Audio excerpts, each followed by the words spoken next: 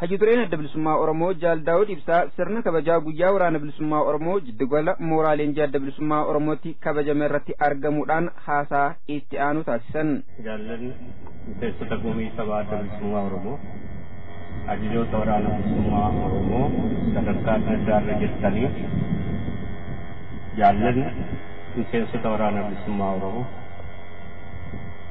bakka hoogganoota adda bilisummaa Oromoo fi waraana bilisummaa Oromoo bakka mara biyya keessaa fi bakka adda addaa jiru hunda bu'ee baga ayyaana dachaa kana ayyaana amajjii tokko waraana bilisummaa Oromoo ayyaana waggaa haaraa isin ga'een jedha. Waggaa kana isin gidduutti argamee ayyaana kana kabajuudhaaf gammachuun koo guddaa ta'uu isin ibsa.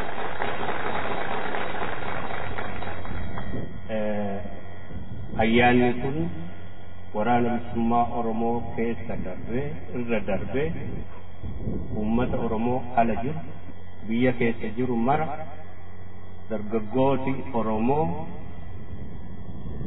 ifaan dhoksaa tokko malee mootummaa akkas hacuuccaa ulfaataa irraan geessisu bobaasaa jalatti kooleejotaa fi yuunivarsiitiilee fi bakka adda addaa keessatti ayyaaneffataa jira. Dargaggoonni Oromoo Oromiyaa mara keessatti bakka hedduutti ayyaana waraana bilisummaa Oromoo kana ayyaaneffataa jira. Miseensota adda bilisummaa Oromoo deeggartoonnii fi uummati Oromoo bilisummaa isaatiif murteeffatee itti cichee qabsaa'aa jiru Austraaliyaa, Ameerikaa, Kanadaa, Yuroop yookaan Awurooppaa gaafa Afrikaa kana maraa hunda keessatti ayyaana kana ayyaaneffataa jira. Kanaaf bakka waraana bilisummaa Oromoo as jiru kana bakka waraana bilisummaa Oromoo bakka adda addaa jiran mara bu'ee ilmaan Oromoo ayyaana kana ayyaaneffatan hunda baga ittiin ga'ee gammachuu keenyaa fi hawwii keenya guddaa isiniif ibsineerra ilmaan Oromoo ayyaaneffatan. Haala qabsoo bilisummaa Oromoo kan adda bilisummaa Oromoon gaggeeffamu kan yeroo ammaa irratti ibsa bal'aa kan kennan hayyutureen adda bilisummaa Oromoo Jaal Daawud Ibsaa qabsoo hidhannoo dhaabichi gaggeessu irratti kanneen olola diiggaa oofaa jiran ilaalchisanii akkas jedhan.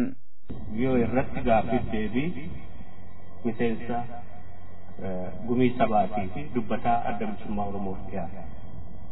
Addi bilisummaa Oromoo fi waraanni bilisummaa Oromoo lafa taakkuu tokkitti illee hin bilisoomsanne erga akkas ta'eetii maal argamsiisuuf qabsoo gootanii qabsoo hidhannoo kana jettee gaafa. Gaaffiin kun adda bilisummaa Oromootti ni ka'a. Bakka adda addaatti ni kaafama, miidiyaadhaan ni kaafama. Gaaffiin kun maaliif kaafama jedhanii gaafachuu barbaada. Warra gaafateef illee deebiin adda bilisummaa Oromoo fi dhugaa fi haqaan dubbachuu barbaada. Tokkoffaa adda bilisummaa Oromoo hidhannoo kaasee karaa biraa hiikaan gaaffii bilisummaa Oromoo nagaadhaan deebii argachuu yaalamee dadhabamee humnaan lafti Oromoo fi ummati Oromoo mootummaa Itoophiyaadhaan waggaa 130 dura waan cabeef gaaffii mirgaa kakaate kana karaa nagaa deebii waan dhabeef filmaati waan hin jirre akkuma addunyaa kana irratti ta'u ka humnaan cabsee humnaan falmachuun mirga ummata Oromoo fi mirga keenya waan ta'eef gaaffii qawwee qaba. Hanga cunqursaan kun karaarraa maqee gaaffiin ummata Oromoo gaaffiin mirgaa gaaffiin mootummaa mataasaa dhaabbachuu hanga deebi'utti itti deddeebi'anii waraana bilisummaa Oromoo fi qabsoo bilisummaa Oromoo fi adda bilisummaa Oromoo facaasuu fi diiguuf tattaafatanillee akka isaan tasa dhabamsiisuu hin dandeenye irra deddeebi'amee seenaan amma hime kun waan isaaniif mirkaneesse kanaaf qabsoo goona. Kanaaf haala hin kennamne keessatti bifa adda addaatiin qabsicha akkaataa inni itti qabsoo hidhannoo godhu diriirfatee adda bilisummaa Oromoo har'a qabsoo hidhannoo karaa ba'aatiin karaa dhihaa Oromiyaa guutuu keessatti qabsoo hidhannoo godhu. Qabsoon hidhannoo kun hanga gaaffiin mirga hiree murteeffannaa uummata Oromoo hiikamutti itti deddeebi'amee duulli ta'ullee akka hin dhaabbanne warra gaaffii kana kaasaniif waraanni bilisummaa Oromoos hidhannoosaa akka lafan keenye tokko yoo wareegame kaanitti darbuudhaan akka itti fufu warra gaaffii kana kaasaniif ni mirkaneessa. Warra gaaffii akkasii kaa'aniif dhaamsa tokko warra gaaffii akkasii qabaniif furmaatisaa qabsoo hidhannoo yookaan qabsoo walii galaa uummata Oromoo godhu itti duulanii xiqqeessuu tuffachuu akka biraatti ilaaluu otoo hin taane hiikisaa uummata Oromoo mirga isaa akka argatu akkuma biyyoota gabroomanii Keeniyaan gabroomte Ingilizii irraatii bilisummaa ishee argate. Sudaan Ingilizii irraa bilisummaa ishee argate gabrummaa jalaa baate Ingiliziin osoo hin jaallatin isaanii kabaje. Akkasumas uummata Oromoof kabajanii bilisummaan isaa akkaataa itti gonfatuu fi hiree murteeffannaa isaa akkaataa murteeffatu isaaf nagaadhaan kennuu qofatu qabsoo hidhannoo kanaaf furmaatatti gotaa jennee isaan deebii kenne. Hayyuu dureen adda bilisummaa Oromoo Jaal Daawud Ibsaa ayyaana guyyaa woboo kan bara 2013 jiddugaleessa mooraa leenjii adda bilisummaa Oromootti kabajame irratti haasaa taasisan kanaan Oromoon mirga abbaa biyyummaa isaa goonfachuuf eeyyama qaama kamiituu kan hin gaafannee fi mirga uumamaa adda bilisummaa Oromoo cichoominaan qabsaa'uuf ta'uu jala sararan. Itti fufuunis haala gaanfa Afrikaa fi impaayera Itoophiyaa akkasumas haala ummata Oromoo tuqanii dhaamsaa fi qajeelfama itti aanu kana dabarsaniiru. Haalli gaafa Afrikaa addatti immoo haalli Itoophiyaa keessa yeroo tokko daqiiqaa tokkoof illee hidhannoo keenya kalaatu akka godhu.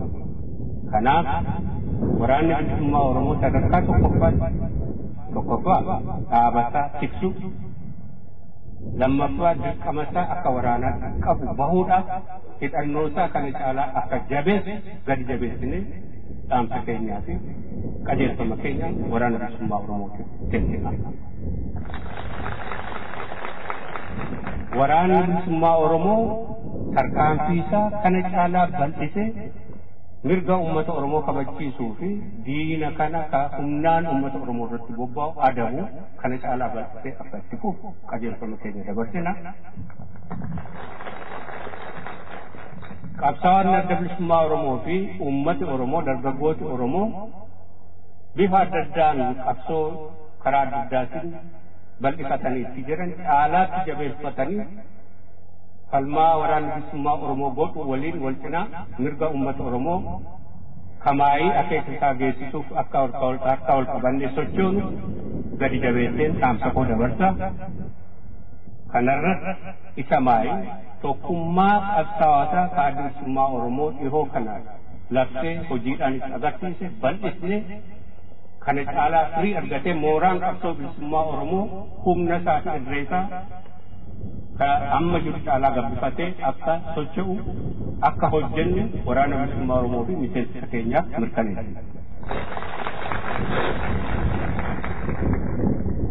Samaayii mooraa leenjii waraana bilisummaa Oromoo asii ka qindeessan yaalkannesaa fi koree olaanaa mooraa leenjii bilisummaa Oromoo ni galateeffadha. Akkasumas hawwisoo kanneen sirna kana nu qopheesse ni galateeffadha. Waraana bilisummaa Oromoo walumaa gala tokkummaa isaa fi jaallummaa jabeeffatee akkasitti ayyaana miidhagaa kana nu qopheesse galata guddaan galchaa fi injifannoo uummata Oromoo.